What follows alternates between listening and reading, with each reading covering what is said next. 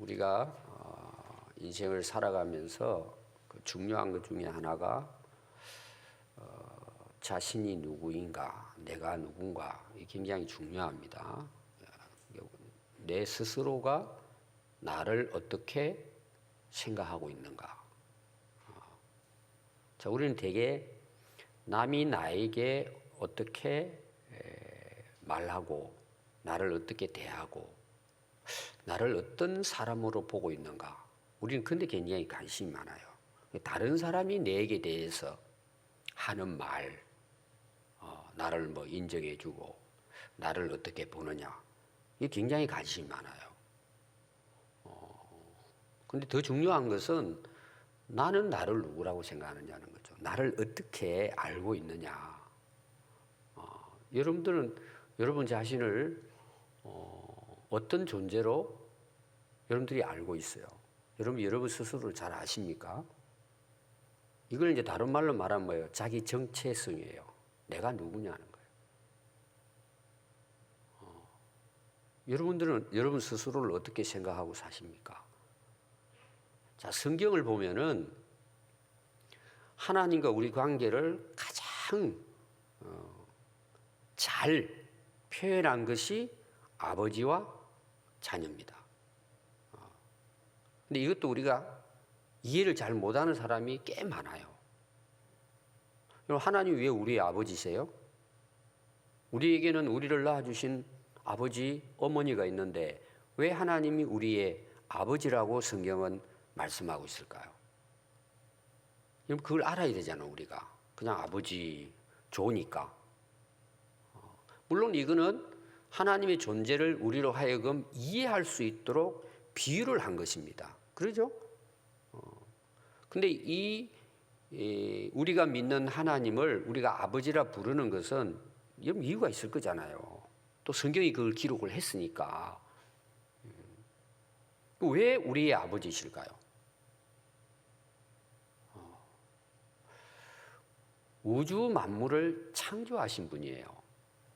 그리고 우리를 만드신 분이에요. 그걸 좀 더 쉽게 표현하면 하나님으로부터 우리가 탄생되었잖아요. 인간이라는 존재가. 자, 인간의 기원, 우주의 기원, 정말 똑똑한 분들이 연구를 하잖아요. 과학자들이. 또 철학자들이 거기에 대한 아직도 이제 그들에게는 답이 없어요. 여러분 복잡하지 않아요.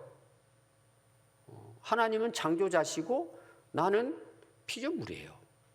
여러분 그것만큼 확실한 게 없어요. 여러분들이 그걸 진짜 성경이 나오는 창세기에 나오는 그 하나님을 우리의 창조자로 정말 여러분들이 믿어지고 인정된다.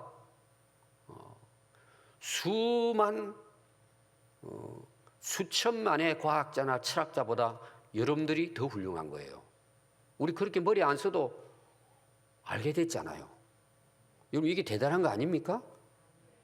그게 답인데, 인생의 출발인데, 기원인데 우리는 그게 믿어지니까 뭐예요? 너무 행복하죠. 고민할 거 없어요. 물론 저는 제 개인적으로는 그런 책들을 관심이 많아요. 뭐 맨날 그것만 붙들고 있는 건 아닌데 너무 재미있어요. 여러분들 유튜브 들어가면요, 뭐 천체 우주, 뭐 철학자의 여러 가지 이야기 이런 거 많습니다. 들어보면요 너무 재밌습니다. 여러분들이 그런데 빠질 필요는 없지만 그런 좋은 내용들이 나오면 들으면은요 굉장히 신앙에 도움되는 게 많습니다. 저는 그게 너무 재밌어요. 왜 재미있는 줄 아세요? 왜 그럴 것 같아요, 여러분? 저는 답을 알고 그걸 듣고 보는 거예요. 다 도움이 돼요. 왜 그래요? 우리 뭐 어떤 과학의 뭐 철학의 논리라 할지라도 결국은 뭐예요? 하나님의 창조로 인한 피조물들의 그 결과물들이잖아요. 그러니까 우리는 답을 알고 있으니까 그게 이해가 되는 거예요. 파악이 된다고 말이에요, 그게. 근데 하나님과 나와의 관계에 대한 이게 설정이 확실하게 안 되는 사람은 어떻게 될까요? 그 침 흘리고 그걸 쫓아가는 거예요. 멍청한 거죠. 여러분 이해가 되세요? 오늘 제가 단순한 이야기를 하지만 저와 여러분들이 얼마나 큰 은혜와 복을 누리고 있다는 사실을 기억해야 돼요. 저는 고등학교 1학년 때 이 답을 딱 얻게 되니까요, 표현을 못 하겠어요. 여러분, 인생 제대로 살 수 있잖아요. 하나님 우리 아버지시고 나는 그 아버지의 자녀예요. 이것만큼 확실한 게 있을까요? 자, 그러면 아버지는 어떤 사람이에요? 우리를 만드셨기 때문에 또 하나는 뭘까요? 책임도 져주시죠.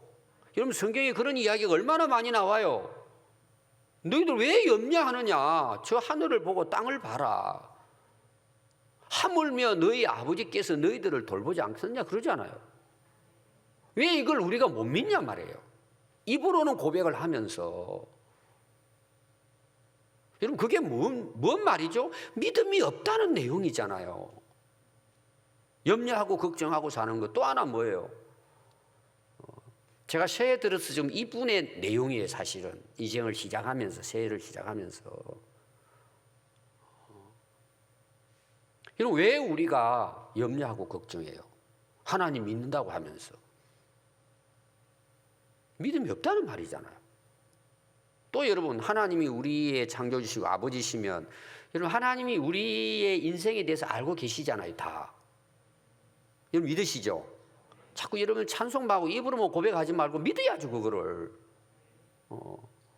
그럼 하나님 아버지가 책임지시면, 예를 들어서 올 한 해 우리가 365일 출발을 했는데 어떻게 될지 우리는 몰라요. 자, 하나님을 아시고 미리 하나님의 계획 가운데 준비해 주시지 않을까요? 여호와 일이 하나님이시잖아요. 근데 왜 내가 하려고 그래요? 다. 내 고집대로 살려고 그래요. 내 욕심대로 살려고 그래요. 그러니까 한 해가 주어져도 이제 며칠만 지나면 또 옛날로 돌아가는 거예요. 답습하는 거예요. 염려하고 걱정하고 불안해하고 잠 못 자고. 여러분, 하나님은 미리 계획을 세우시고 준비하시는 분이에요. 아멘. 우리가 그 우주 만물을 창조하시고 나를 만드신 하나님이 나의 아버지세요. 여러분, 걱정할 거 있어요? 왜 우리가 그걸 못 믿냐 말이에요. 그러니까 우리가 어떻게 나가요? 엉뚱한 길로 빠지는 거예요. 왜? 내가 아버지가 돼 있으니까. 내 마음대로 사니까. 그게 오늘 읽은 우리가 잘 아는 당자의 비유예요. 자, 오늘 여러분들이 거기 11절 시작이 어떻게 되느냐 하면, 또 이러시되 어떤 사람에게 아들 둘이 있어요. 이게 이제 오늘 이 출발입니다. 그럼 여러분, 이게 비유거든요. 그럼 두 아들은 누굴 가리킬까라는 거예요. 성경은 상징적이고 비유적인 게 많습니다. 왜? 하나님을 우리가 설명할 수가 없잖아요. 그래서 쉽게 설명하기 위해서 이렇게 비유를 한 것입니다. 그럼 두 아들이 나오잖아요. 물론 단순하게 두 아들로 생각해도 돼요. 그 의미만 생각해도. 근데 예수님은 이런 용어를 쓰고 비유를 할 때는 그 안에 담겨있는 그 다 뜻이 있는 거예요. 그냥 두 아들을 이렇게 하지 않단 말입니다. 뭔가 배경이 있다 이 말이에요. 한번 여러분 1절 한번 보십시오. 이 15장 1절의 시작이 이렇게 됩니다. 모든 세리와 죄인들이 말씀을 들으러 가까이 오니. 자, 제가 어제 주인공 이름이 누구였죠? 성은 니스입니다. 이름은 누구예요? 고데모. 좀 이상하네요. 나누니까. 여러분 기억하라고. 니고데모야. 그 어떤 사람 누구였어요? 바리새인이잖아요. 바리새인 중에 지도자잖아요. 여기 바리새인 2절에 나와요, 안 나와요? 나오죠? 서기관들 나오죠? 그리고 수군거려요. 예수님 말씀을 들으면서. 여러분, 말씀을 들으면 수군거려야 돼요? 믿어야 돼요? 은혜를 받은 수군거려. 머릿속으로 자꾸 돌려. 여러분, 평생 신앙생활 그렇게 하면요, 하나님 만날 수도 없고 믿을 수도 없고 그냥 그렇게 살다 가는 거예요. 이 수군거린다는 말은 그냥 혼자서 중얼거리는 뜻이 아닙니다. 좀 나쁘게 표현하면은 공격하는 거예요. 예수님 말씀을. 자기가 하나님이에요. 여러분, 은혜 받는 거 쉬운데요, 참 어렵습니다. 이게 또 왜? 내 머리를 자꾸 돌리니까. 그냥 믿으면 되는데 여러분, 그게 안 돼요. 자기 생각이 너무 많은 거예요. 그래서 여러분, 가능하면은 아까 제가 뭐 유튜브 이야기를 했지만은 많은 거 하려고 하지 마요. 여러분 믿음이 탄탄하게 돼 있지 않는 한에는 세상 학문이라든지 또 세상 시사라든지 요새 정치라든지 이런 거 있죠. 여러분 괜히 거기 빠져가지고 열 받으면 안 돼요. 그 여러분 가능하면 저는 이제 뉴스 정도는 봤는데 아예 이제 TV에 대해서 안 봅니다. 거의 안 본 지가 지금 뭐 꽤 됐어요. 물론 한 번씩 어떤 일이 있어 보지만은 그건 뭐 그냥 중고 팔아도 될 것 같더라고. 또 뭐 인터넷 같은 데 보면 뉴스 한 번씩 나오잖아요. 신문도 이제 제가 읽으니까 머리가 복잡해요. 여러분 안 그래요? 자, 시사를 알지 말라는 게 아닙니다. 아는데 그런데 뭐예요? 막 열받아가지고 친구들 만나면 그런 거 있잖아요. 괜히 자기가 대통령 된 것처럼 이야기하잖아요. 너무 그렇게 빠질 거 없어요. 그러면 이게 말씀에 안 들어와요. 엉뚱한 생각이 빠져가지고. 이들은요 바리새인이잖아요. 율법주의자이다니까. 거기에 딱 굳어져가지고 예수님 말씀을 듣는 아멘하고 당신이 바로 메시아다 이렇게 돼야 맞는데 이들이 수군거리는 거예요. 수군거리는. 뭘 수군거리냐 하면 이러되 나오죠. 이 사람이 죄인을 영접하고 음식을 같이 먹는다.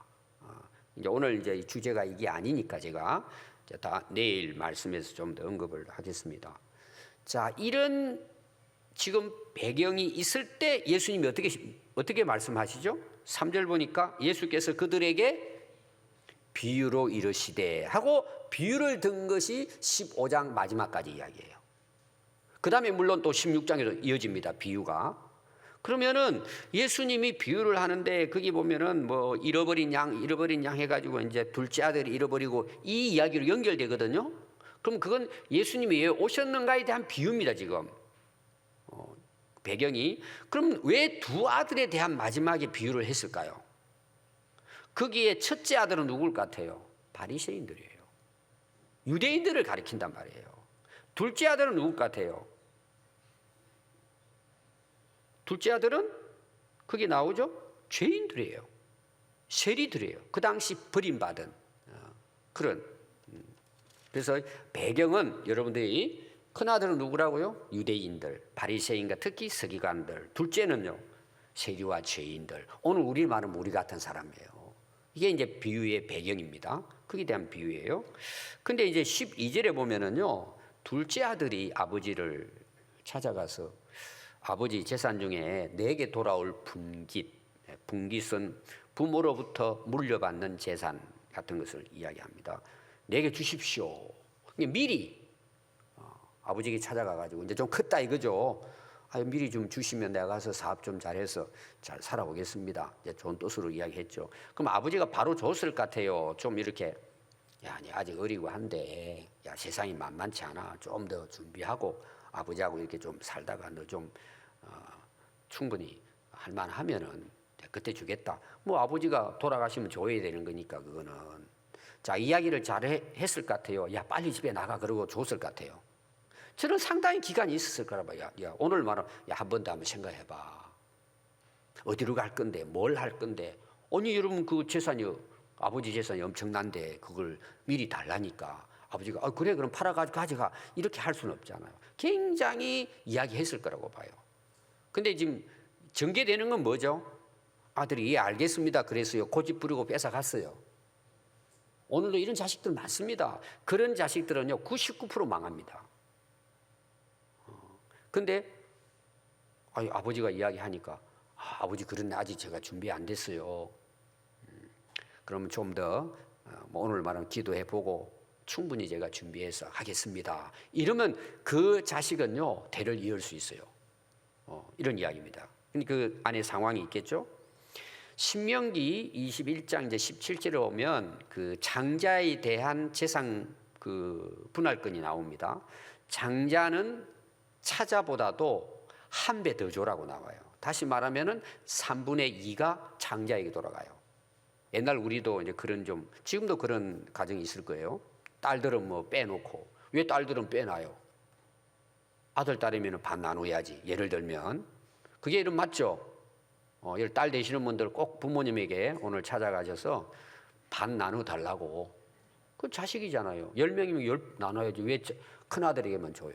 물론 그게 있습니다. 큰아들이 옛날에는 부양을 했기 때문에 뭐 그런 일리도 있다고 봐요. 그럼 자녀들이 모여가지고 형님이 그래도 부모님 모시는데 우리보다는 배를 더 가지세요. 뭐 이렇게 할 수 있어요. 3분의 2입니다. 상당히 저는 그게 옳다고 봐요. 둘째 아들에는 3분의 1이 들어가는 거예요. 그럼 그건 자기 거예요. 그거는. 법적으로 내가 받아야 할 재산이라고 볼 수 있습니다. 여러분 여기에 중요한 게 뭐냐 하면 자녀의 권세예요. 우리가 요한복음 1장 12절 말씀 영접하는 자 곧 그 이름을 믿는 자들에게는 하나님의 자녀가 되는 권세잖아요. 여러 가지 권세가 있겠지만 오늘 이 말씀에서 보면 무슨 권세일 것 같아요? 권리란 말이에요. 특권이라는 뜻이에요. 아버지 재산 상속자예요. 여러분 이거 굉장한 겁니다. 여러분 아마 그 부자 부모님께로부터 어마어마한 상속을 물려받는다. 이건 진짜 복이죠. 또 부모가 그거를 이루기까지는 얼마나 고생했을까요? 좋은 그 부모 밑에서 자란다는 거, 특별히 뭐예요? 돈 많은 부모 밑에서 고생하지 않고 자란다는 거, 그 이런 복이죠. 근데 대개 이제 그렇게 살면은 더 훌륭한 사람이 되면 좋는데 다 써버리죠, 대개. 왜 자기 고생 땀 흘려서 한 게 아니니까 흥청망청 써버리잖아요, 대개. 그래서 그 자식이 오히려 망하는 경우가 더 많아요. 우리가 사회에서 그런 거 많이 보잖아요. 자, 그럼 우리 부모들, 뭐 여러분들 대부분 비슷할 거예요. 부모의 재산으로 또 많이 우리가 물려받아가지고 뭐 편안하게 지내는 사람보다는 그렇지 못한 사람이 훨씬 더 많을 거예요, 사실은. 그러니까 어떨 때는 힘들죠. 살아가는 것이 참 정말 부모가 좀 이렇게 뒤에서 좀 배경이 돼주고 밀어줬으면. 근데 여러분 오늘 딱 그 끊으세요. 자, 우리는 누구의 자녀라 그랬죠? 육신의 부모도 있지만 우리를 창조하시고 오늘까지 생명 주시고 인도하신 우리의 아버지 하나님이 계세요. 제가 이야기하면 여러분 알 수도 있는 사람입니다. 부모 재산이 많아요. 근데 목회자가 됐어요. 오늘 저에게 찾아와서 상담을 했습니다. 아버지가 자기 통장에 수억을 넣어준다는 거예요. 거기는 이제 여러 가지 이유가 있기 때문에 설명을 하더라고, 목사님께서. 자기 안 받았다 그러더라고. 저는 받을 것 같아요. 받아가 선교비로 난 낼 것 같아요. 얼른 주십시오. 아버지가 통장에 넣어준대요. 지금도 제가 볼 때는 아마 꽤 좀 아버지 돌아가셨습니다. 제가 그 장례를 치렀는데 모르겠어요. 지금 받아서 사는지는 모르겠는데 여러분 얼마나 좋아요. 그렇게 막. 근데 여러분 그건 한계가 있어요. 우리가 하나님의 자녀로서 상속받는 것은 이런 거하고 비교가 되잖아요. 여러분들 아마 현실 감각이 없을 거예요. 여러분 진짜 그렇게 살아보면은 하나님이 우리 아버지셔요, 정말. 아멘. 우리가 왜 하나님의 상속자냐? 자녀가 됐기 때문에. 예수님의 피값으로. 그래서 로마서 8장 17절에 보면 자녀이면 또한 상속자, 곧 하나님의 상속자예요. 하나님으로부터 상속을 받는 거예요. 그리스도와 함께 받는 상속자래요. 그러니까 예수님이 받는 상속처럼 우리가 상속받는데요. 굉장한 거죠. 갈라디아서 4장 6절과 7절에 보면 너희가 아들이므로 하나님이 그 아들의 영을 우리 마음 가운데 보내사 아빠 아버지라 부르느니라. 우리가 아버지라 부르는 것에도 엄청난 복이죠. 죄인된 우리가 피조물이. 그러므로 네가 이후로는 종이 아니요 아들이니 아들이면 하나님으로 말미암아 유업을 받을 자니라. 하나님으로부터 유업을 받는데요. 재산권을 물려받는단 말이에요. 또 베드로전서 1장 3, 4절에 보면 우리 주 예수 그리스도의 아버지 하나님을 찬송하리로다. 그의 많으신 긍휼대로 예수 그리스도를 죽은 자 가운데서 부활하게 하심으로 말미암아 우리를 거듭나게 하사. 어제 설교가 거듭남입니다. 산 소망이 있게 하시며 썩지 않고 더럽히지 않고 쇠하지 아니하는 유업을 있게 하시니. 유업이 나와요. 위의 선대로부터 아버지로부터 물려받은 사업과 재산을 이야기해요. 곧 너희를 위하여 하늘에 간직한 것이라 그랬어요. 다른 번역에는 하늘의 축복을 이어받는다는 거예요. 여러분 아멘 안 되죠. 그거는 뭐 아직 멀었어요. 지금 우선 입에 들어오는 거 우리를 복이라 생각해요. 하늘나라를 상속받는데요. 아멘대로 되는 거예요. 목사님 지금 몇 푼이 급한데 뭔 하늘나라 이거예요. 되게 안 믿는 사람은 그런 말 합니다. 그래서 예수 믿는 사람들이 약간 좀 정신이 좀 이상한 사람들로 생각해요. 저희 아버지가 저보고 거기에 대해서 수없이 이해시키려고 노력했어요. 그러니까 엉뚱한 생각하고 산다고요. 엉뚱한 생각. 완전히 그냥 공상에 빠져 산다고 이야기했어요. 이게 미친 거죠. 여러분 공상일까요? 상상의 이야기일까요? 여러분 사실이에요. 저는 그렇게 믿어요. 하늘나라의 상속자예요.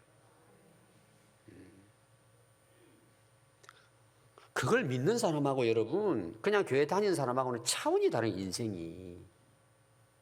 실망, 좌절, 염려? 여러분 좀 고생하면 어때요? 여러분 우리나라는 저는 고생이 없다고 생각한다고 제가 이야기했죠. 무슨 고생을 해요 우리가 지금. 욕심이 많아서 고생하는 거지. 먹을 게 없어요. 입을 게 없어요. 잘 집이 없어요. 할 일이 없어요. 마음 먹으면 얼마든지 가서 노가다도 할 수 있어요. 아니 여러분 외국인들이 와가지고 우리나라 코리아 드림으로 오잖아요.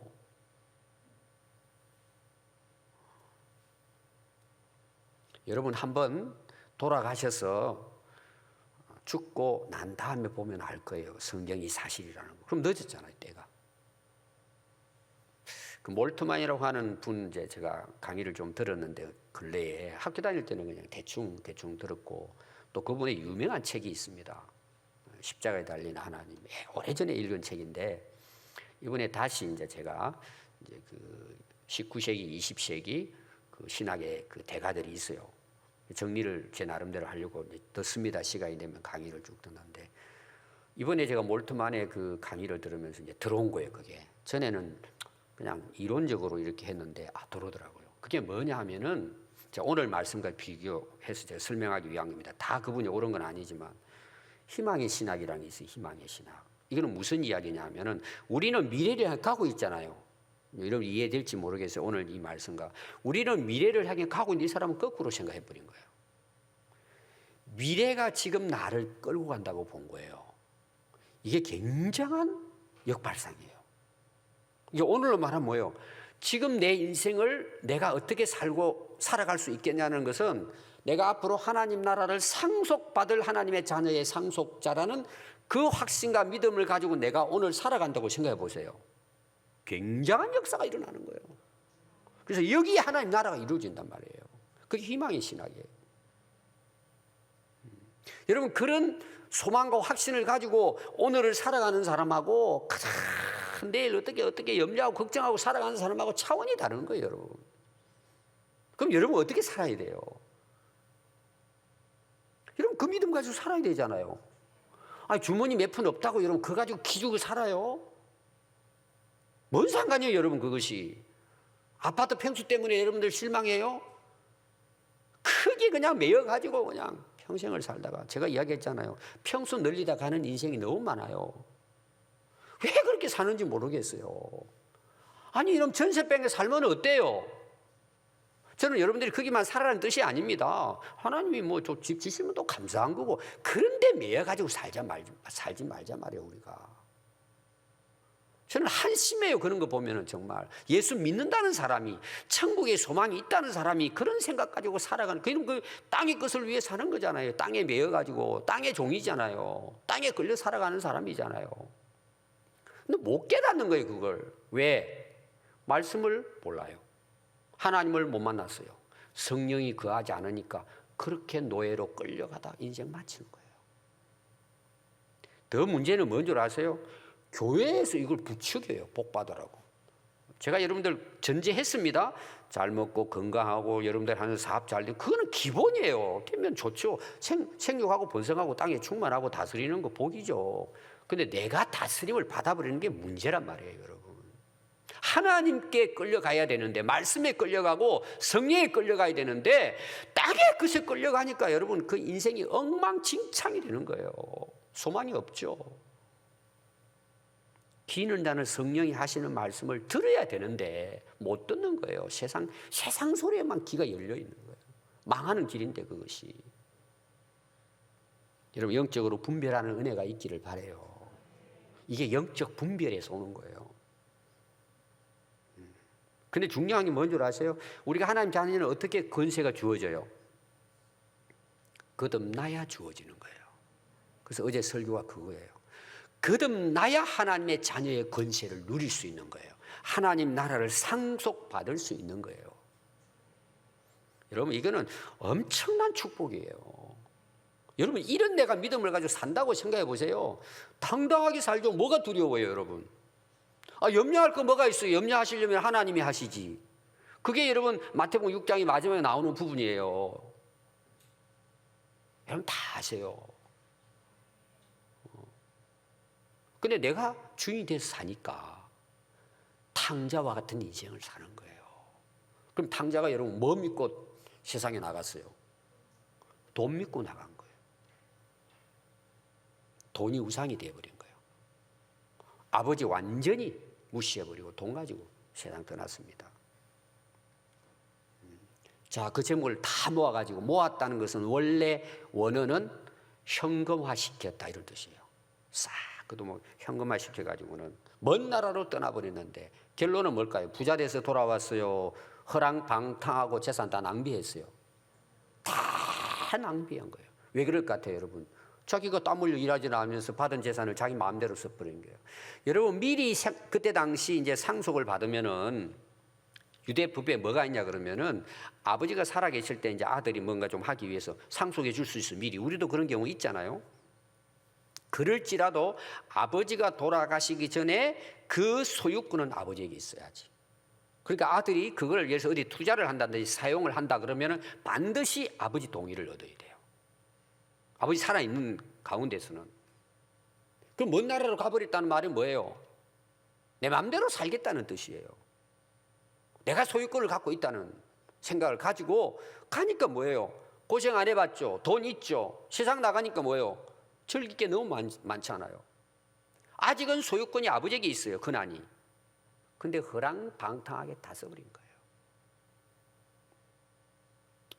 결국은 어떻게 되죠? 다 없앤 후에 다 없어집니다. 결국 그렇게 살면 흉년이 들고 비로소 궁핍한지라 백성 중 한 사람이 붙여 살았어요. 종이 됐다는 거예요. 종이 되어가지고 돼지를 칩니다. 돼지는 그 당시 부정한 짐승이기 때문에 유대인들은 키우지도 않아요. 가까이 가지도 않고 이방인들이 종들이 하는 거예요. 그거는 가장 부정한 그 동물로 여겼기 때문에. 근데 그 부잣집의 아들이 아버지 떠나니까 결국 뭐예요? 사람들이 가까이 하지 않은 부정 탄다고 가까이 하지 않는 돼지 치는 종이 된 거예요. 근데 문제는 뭐냐? 먹을 것이 없는 배를 채우고. 근데 지엄 열매는 가축들이 쓰는 사료입니다. 큰 이런 껍질이 있는 긴, 그리고 안에 알맹이가 들어있는 지엄 열매입니다. 그거는 너무 가난할 때 그냥 속에는 열어보면 안에 먹을 알갱이가 들어있어요. 근데 그것도 먹을 것이 없어 죽게 됐다 이 말이에요. 결론은 뭐냐 하면 아버지 품 떠나면 어떻게 될까요? 허랑방탕하고 허비하고 궁핍되게 되고 세상의 종이 되고 결국은 망합니다. 실제로 우리 인생이 그래요. 하나님 떠나면 떠날수록 허랑방탕하게 삽니다. 하나님 멀리하면 멀리할수록 뭐예요? 인생 낭비합니다. 다 탕진합니다. 그리고 뭐예요? 땅의 종으로 끌려다닙니다. 그냥 노예로. 그래서 인생 망치는 거예요. 오늘 결론은 뭐냐? 한번 따라해 보겠습니다. 하나님 자녀의 신분을 망각하지 말자. 이거를 잃어버리면 어떻게 된다고요? 돼지신세 되는 거예요. 여러분 꼭 기억하십시오. 오늘 여러분 하나님의 자녀로서 누려야 할 권세, 복이 뭐라고요? 하늘나라의 유업을 상속받는 권세입니다. 은혜입니다. 그것을 여러분들이 그냥 하늘나라 가면 주겠지 이런 차원도 있지만 이거는 궁극적으로 마지막 끝이고, 그러면 이 땅에 있을 때는 하나님이 어떻게 하신다 그랬어요? 너 염려하지 말라는 거예요. 안다는 거예요, 하나님께서. 근데 우리는 어떻게 살아요? 원망하고 불평하고. 그래서 여러분, 우리가 이 세상에 사람을 고생하고 불평하고 하면 할수록 이것은 결국은 하나님과 우리 관계를 이어줍니다. 내 힘대로 안 되잖아요. 우리가 하나님 더 의지하고 기도하고 막 하나님께 매달리고 진짜 아버지로 믿는다면 우리 그 아버지, 하늘나라 상속도 받을 수 있는 아들이지만 딸이지만 지금 우리가 살아가는 바로 지금 여기에도 하나님의 자녀의 권세를 우리가 누리고 살아갈 수 있어요. 어떤 자가 하나님 자녀라고 하는 신분에 대한 확신이 있는, 믿음이 있는 사람은, 그 자녀의 신분대로 살아가는 사람은 하나님이 책임져 주시죠. 지금도 하나님께서는 우리 기도를 들으시고 올 한 해 살아가는 우리 인생의 앞길도 하나님 준비 다 해놓으셨습니다. 여호와 일이 하나님이십니다. 우선 좀 힘들고 어려울 때도 있어요. 우리 이 믿음 가지고 올 한 해 정말 하나님의 자녀답게 하나님을 기쁘시게 하는 일에 우리가 마음을 두고 그 하나님의 선하시고 온전하신 뜻을 따라 살아가는 이런 은혜가 있기를 바랍니다. 기도하겠습니다.